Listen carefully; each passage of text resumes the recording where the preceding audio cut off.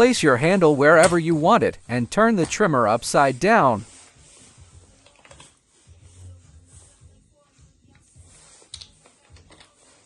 Place the cover on the handle and lock it in with the screws you took out, screwing them back together.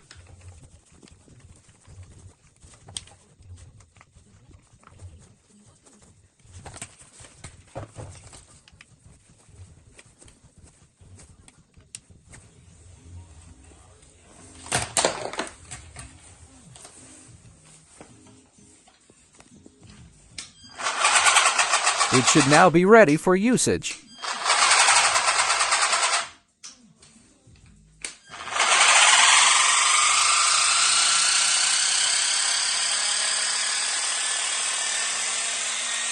To use it, hold the lever at the bottom and push the one at the top.